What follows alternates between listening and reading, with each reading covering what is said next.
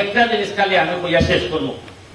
আমাদের সাথী ভাই, আমাদের কমেন্টেটর, এই যে পুরো একটা টপের গাছ দেখেন আপনারা, দেখতে দেই 5 কেজি আম ধরাই দিছে। কয় কেজি আমের সাইজটা দেখুন, ডাল দেখুন।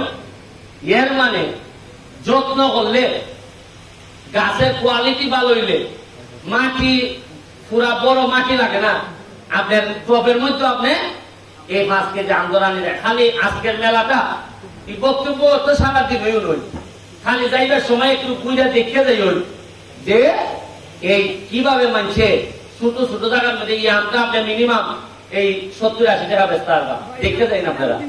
হ্যাঁ, কত দিয়ে কিনছ? হ্যাঁ, 6,000 দিয়া দুইটা সারা সারা আমসহ দেখছেন নি? 6,000 টাকা দিয়া সে কিনছে। টেকা আপনারা মনে করেন টেকা বুঝি মনে হয় মাটি না আঘাতলে মনে হয় টেকা মিলে না, আর ঘুষ না খাইলে মনে হয় টেকা মিলে না। যোগ্যতা থাকলে টেকা যে প্রত্যেকে আইব আপনি চিন্তাও করতে পারতেন না, আপনি চিন্তাও করতে পারতেন না যে টেকা প্রত্যেক যদি হওয়ার যায়, যদি খালি ঘাম পালানো আর বুদ্ধিটা যদি ঠিক থাকে আর মন থেকে কুমন্ত্রণা, এই কুবুদ্ধিটা দূর করতে পারলে আপনি মনে হল্লা অনেক আগাইল। এখানে সাংবাদিক বৃন্দ যারা আছেন তাদেরকে আমি ধন্যবাদ জানাই। জাহাঙ্গীর ভাই ছিল, চলে গেছে না জাহাঙ্গীর ভাই? জাহাঙ্গীর আছে, হ্যাঁ।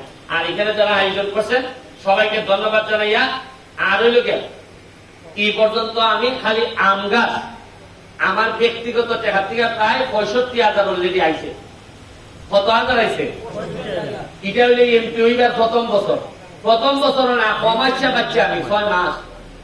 এমপি যে কদিন হয়েছে? এর আগে এমপি হইবার আগে 37,000 দিছিলাম।